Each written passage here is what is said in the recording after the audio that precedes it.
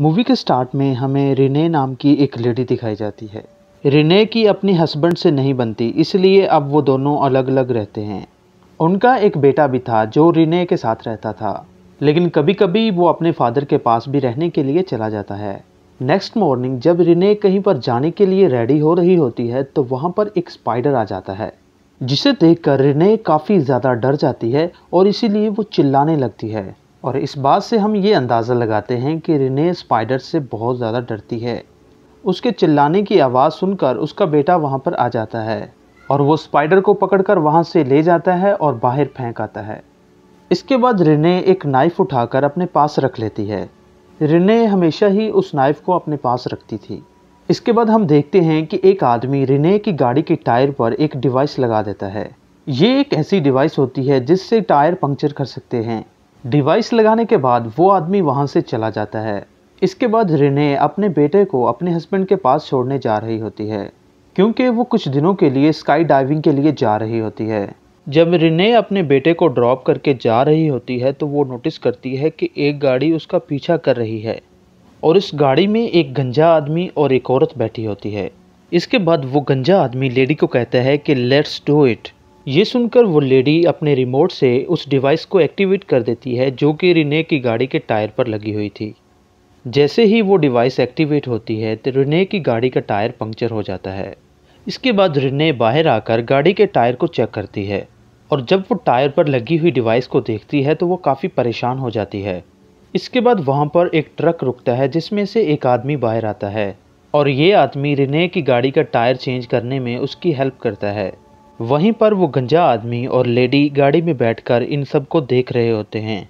इसके बाद उस ट्रक में से एक और आदमी बाहर आता है और वो रिने को इलेक्ट्रिक शॉक देकर बेहोश कर देता है। इसके बाद वो गंजा और लेडी भी अपनी गाड़ी से बाहर आ जाते हैं, जिससे ये पता चलता है कि ये सब आपस में मिले हुए थे। इसके बाद वो रिने को बांधकर उसी ट्रक में ले आते हैं जहाँ पर एक लेडी डॉक्टर भी होती है। इसके बाद वो रिने को वहाँ से ले जाते हैं। ट्रक में जब रिने को होश आता है तो वो अपना नाइफ निकाल कर अपने शू में रख लेती है। इसके बाद वो लोग रिने को एक अंडरग्राउंड प्राइवेट लैब में ले आते हैं, जहां लाकर उसे एक स्ट्रेचर पर बांध दिया जाता है। वहां पर रिने एक आदमी को देखती है, उसे भी स्ट्रेचर पर बांधा गया था और वो आदमी रिने को एक G1012X नाम के कोड के बारे में बताता है, लेकिन रिने को इस बात की समझ नहीं आती। इसके बाद वो लोग रिने को एक रूम में ले आते हैं और डोर बंद कर देते हैं। अब यहाँ पर रिने अपने आप को आज़ाद करने की काफ़ी कोशिश करती है, लेकिन वो ऐसा नहीं कर पाती क्योंकि उसे काफ़ी मजबूती से बांधा गया था। वो अपना नाइफ शू से निकालकर हाथों में पकड़ने की कोशिश करती है, लेकिन तभी उसे एक आदमी की आवाज़ सुनाई देती है। वो आदमी रिने को अपने बारे में बताता है। असल में ये आदमी रिने के साथ वाले रूम में कैद था, जो रिने से विंडो के थ्रू बात कर रहा था। वो आदमी रिने को बताता है कि ये लोग हम लोगों पर एक्सपेरिमेंट कर रहे हैं, जिसमें ये ज़बरदस्ती लोगों को उनके डर का सामना करवाते हैं। यानी लोग जिन चीज़ों से डरते हैं ये लोग उन्हीं चीज़ों को उनके सामने लाकर उन्हें डर का सामना करने के लिए कहते हैं। इसके बाद लेडी डायन और वही बाल्डमैन गंजा आदमी वहाँ पर आ जाते हैं और यहाँ पर वो लोग रिने पर भी अपना एक्सपेरिमेंट स्टार्ट कर देते हैं। थोड़ी देर बाद वहाँ पर एक डॉक्टर भी आ जाता है। असल में वो डॉक्टर्स और उनके साथ जितने भी लोग थे वही इस एक्सपेरिमेंट को लीड कर रहे थे। इसके बाद वो लोग रिने को एक इंजेक्शन लगाते हैं जिसमें एक ऑरेंज कलर का ड्रग था, जिसे लगते ही रिने अपने सेंसेस यानी होश खोने लगती है। इसके बाद वो रिने को एक सीक्रेट रूम में ले आते हैं। वहाँ पर ये लोग रिने पर एक स्पाइडर छोड़ देते हैं। अब क्योंकि रिने का डर स्पाइडर ही थे तो इसीलिए वो बहुत ज़्यादा डर जाती है और वो चिल्ला चिल्ला कर उनसे कह रही होती है कि प्लीज़ मुझे छोड़ दो, लेकिन वो लोग रिने को नहीं छोड़ते और वो स्पाइडर रिने को काटता रहता है।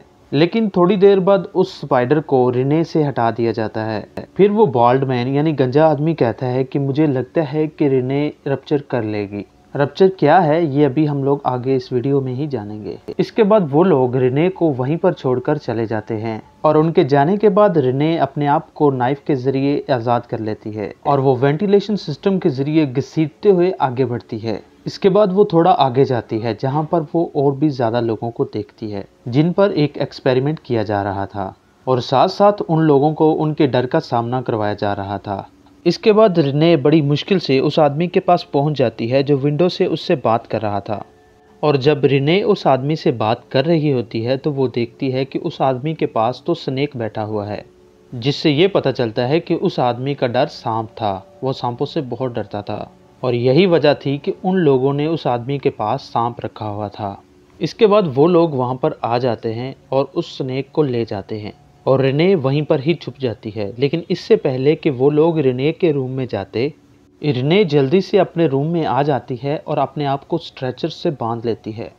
इसके बाद वो लेडी डायान वहाँ पर आकर रिने को एक कोड के बारे में बताती है। वो रिने को बताती है कि G1012X असल में एक जेनेटिक कोड है जो इंसानों की बॉडी यानी क्रोमोसोम्स में होता है, और वो लोगों के डर की मदद से उस कोड को एक्टिवेट करके उनके डीएनए को चेंज कर देते हैं और इस प्रोसेस को रप्चर कहा जाता है। डीएनए के बदलने से लोग खुद को अपना एक नया रूप दे सकते हैं। वो अपनी स्किन चेंज कर सकते हैं, जैसा कि सांप अपनी पुरानी स्किन को बदलकर एक नई स्किन बना लेता है, जिसका मतलब ये था कि वो अपनी पुरानी स्किन को उतार कर एक नई स्किन लगा सकते हैं। अब इस बात का यकीन दिलाने के लिए डायान अपनी आइज स्नेक जैसी बना लेती है और वो अपना रूप बदलने लगती है, यानी वो अपनी स्किन और अपनी बॉडी को पूरी तरह बदल लेती है। और जब डायान ये सब कुछ कर रही होती है तो रिने चुपके से एक सिरिंज को अपने हाथ में पकड़ लेती है। जब डायान रिने के पास आती है तो रिने उसकी बॉडी पर उसी सिरिंज से स्टैब करती है और वहाँ से चली जाती है। इसके बाद वो एक और लैब में जाती है जहाँ पर उसे अपने जैसे सब्जेक्ट के बहुत सारे डीएनए सैंपल्स मिलते हैं और वहाँ पर उन सब्जेक्ट्स के नाम भी लिखे हुए थे, यानी ये उनके नाम थे जिन पर एक्सपेरिमेंट किया जा रहा था। अब वहाँ पर रिने का नाम भी लिखा हुआ था, लेकिन उसका सैंपल नहीं था वहाँ पर, क्योंकि सैंपल लेना अभी बाकी था। और तभी वहाँ पर डॉक्टर और गंजा आदमी आ जाते हैं। रिने जल्दी से वहाँ पर छुप जाती है। अब यहाँ पर वो लोग रिने के डीएनए के बारे में बात कर रहे थे। दूसरी तरफ रिने पाइपलाइन के जरिए वहाँ से भागने की कोशिश करती है और जब रिने वहाँ से भाग रही होती है तो उस बाल्ड मैन को पता चल जाता है। उसे पता चलता है कि रिने भाग गई, इसीलिए वो उसका पीछा करता है। वो रिने को एक जगह पर ट्रैप करके वहाँ पर बेहोशी वाली गैस छोड़ देता है, जिसके बाद रिने फौरन वहीं पर ही बेहोश हो जाती है। इसके बाद रिने को जब होश आता है तो वो एक रूम में बंद होती है। तभी वहाँ पर वो डॉक्टर और वो गंजा आदमी आ जाते हैं। अब वहाँ पर ये लोग बड़ी ही आहिस्ता आवाज़ में एक दूसरे से बात करने लगते हैं और उनकी बातें रिने सुन लेती है। यहाँ पर वो रिने को टेस्ट भी करते हैं, जिससे पता चलता है कि रिने की सुनने और देखने की सेंस काफ़ी बढ़ गई है, यानी वो अपने टेस्ट में पास हो गई है। फिर डॉक्टर का असिस्टेंट रिने को बता रहा होता है कि हम भी पहले इंसान ही थे, लेकिन उसके बाद हमने अपने डर पर काबू पा लिया और हमने खुद को चेंज भी कर लिया और हमें यकीन है कि हम लोगों को अपने जैसा ही बना लेंगे, जिससे उनकी तादाद बढ़ती जाएगी और ये लोगों के डीएनए को चेंज करके उन्हें पूरी तरह चेंज कर देंगे। और उनके नज़दीक ये एक ट्रीटमेंट है जिसके बाद ये लोग अपनी स्किन को चेंज कर सकते हैं और उनके सुनने और देखने की सेंस भी तेज़ हो जाती है। वो असिस्टेंट ये भी कहता है कि हम लोग ही ह्यूमैनिटी का फ्यूचर हैं। इसके बाद वो लोग ज़बरदस्ती रिने को एक ट्रांसपेरेंट हेलमेट पहना देते हैं और साथ ही उसमें बहुत सारे स्पाइडर्स भी छोड़ देते हैं। इसके बाद वो स्पाइडर्स रिने को काटने लगते हैं। रिने काफ़ी ज़्यादा डर जाती है और चिल्लाने लगती है। वो अपना सर बार बार ग्लास हेलमेट पर मारती है ताकि वो टूट जाए, लेकिन वो हेलमेट इतना मजबूत था कि बार बार कोशिश करने के बावजूद भी वो हेलमेट नहीं टूटता। और वो लोग भी दूसरी तरफ खड़े होकर रिने को देख रहे थे और सडनली रिने को डर लगना बंद हो जाता है, जिसका मतलब ये था कि उसने अपने डर पर कंट्रोल कर लिया था। इसके बाद वो अपने फेस और बॉडी की शेप को वैसे ही चेंज करती है जैसे डायान ने किया था, और जब ऐसा होता है तो वो हेलमेट टूट जाता है और स्पाइडर्स भी वहाँ से चले जाते हैं। इसके बाद ये सीन यहीं पर कट हो जाता है। फिर हमें कुछ दिनों बाद का सीन दिखाया जाता है। रिने अपने घर में होती है। रिने का बेटा अपनी स्टडी की वजह से काफ़ी परेशान होता है। यहाँ पर रिने अपने बेटे को समझाने की कोशिश करती है कि मैं कुछ ऐसे लोगों को जानती हूँ जो तुम्हारे डर को काबू करने में तेरी हेल्प कर सकते हैं। यहाँ पर यही लग रहा था कि वो अपने बेटे को भी अपनी तरह बनाना चाहती है। उसके बेटे का डर मैथ होता है, यानी उसे मैथ समझ नहीं आता। अब यहाँ पर रिने के बेटे को उसका बिहेवियर चेंज लगता है, इसलिए वो किसी की भी हेल्प नहीं लेना चाहता था। इसके बाद वही लोग रिने के घर पर आते हैं और अब वो रिने के बेटे को अपने साथ ले जाने के लिए आए थे, लेकिन रिने अपने बेटे को वहाँ से भाग जाने के लिए कहती है।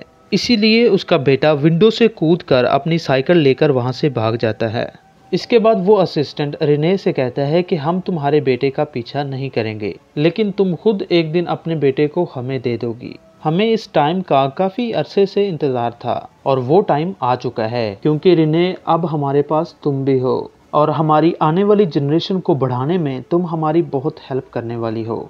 अब इस मूवी के कुछ मेन पॉइंट्स हैं, वो समझ लीजिए। असल में ये जो लोग थे ये पहले इंसान थे, वो भी अपनी ज़िंदगी में किसी न किसी चीज़ से डरते थे, लेकिन फिर उन्होंने अपने डर को कंट्रोल किया, अपने डीएनए को चेंज कर लिया, जिसकी वजह से वो खुद को चेंज करने के काबिल हो गए और वो बाकी लोगों को अपने जैसा इसीलिए बनाना चाहते थे क्योंकि वो समझते थे कि वो अपने जैसे लोगों का ग्रुप बनाकर इंसानों की हेल्प करेंगे, ताकि लोग अपने डर का मुकाबला करके खुद को स्ट्रॉन्ग बना सकें। अब रिने उन जैसी ही बन गई है और उनके ग्रुप में शामिल हो गई है और इसीलिए वो अपने बेटे को भी अपने जैसा बना लेगी। और यहाँ पर ही इस मूवी का एंड हो जाता है। Thank you very much for watching this video. और बाकी वीडियोस भी आप देख सकते हैं इस चैनल पर। इस तरह की बहुत सारी मूवीज़ के रिव्यूज़ पड़े हुए हैं, आप लोग देख सकते हैं।